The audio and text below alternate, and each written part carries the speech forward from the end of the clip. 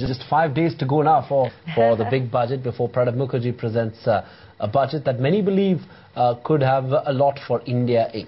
That's right, but the question is, will it deliver or not? Are the expectations running ahead of themselves? You've got Krish Gopalakrishnan of Infosys joining us.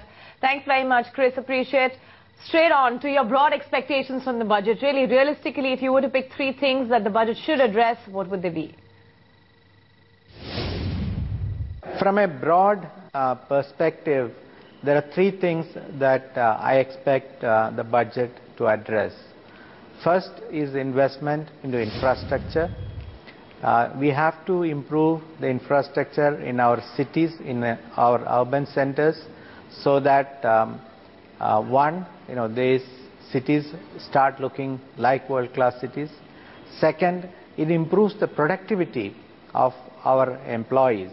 If we are not careful, and as cities continue to grow, we will start significantly impacting the productivity of employees in our urban cities. Second is on education. The war for talent will only increase, and we need to continue to invest in education, and also we have to address the issue of capability building skills, vocational skills, etc. So we have to continue to invest in our talent. The third is in the area of creating new companies, in the area of startups, and here the investment has to go into research and development, as well as look at all policies, all laws regarding regulations regarding how do you set up a company, how do you start a business, and how can we make that as painless, as fast, as quick as possible. Okay, infra, education, R&D, they are three key areas. But Chris, over the last year, we've seen the Income Tax Department slap notices on companies like TCS, Wipro, Infosys for onshore services. Would you like some clarity and consistency when it comes to taxation is concerned, specifically from an IT sector point of view? Yes, and that is the ask from the IT industry side. We need predictability of the policy implementation. We need the government to act uniformly, act swiftly. Whenever a clarification is sought and a clarification is made, it is reflected in how every single policy is implemented immediately. Today what happens is, we get stuck in tribunals and courts and things like that, and the cost of doing business is actually very, very high. We need to increase the velocity of doing business. We need to improve the predictability.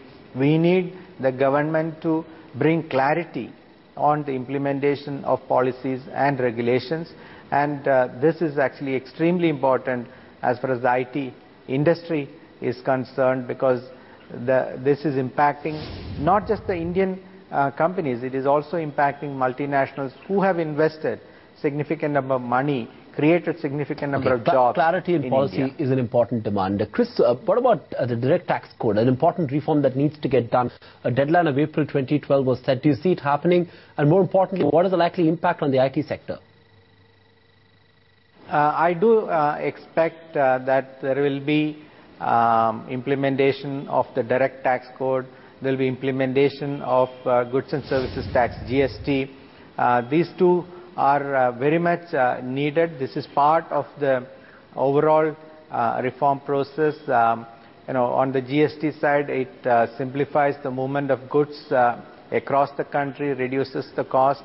And on the direct tax code, the simplification is very much needed, so that on one side we can make it easier for citizens to pay taxes, simpler for citizens to pay taxes. On the other side, because of that, I believe compliance will increase and more people will start paying taxes.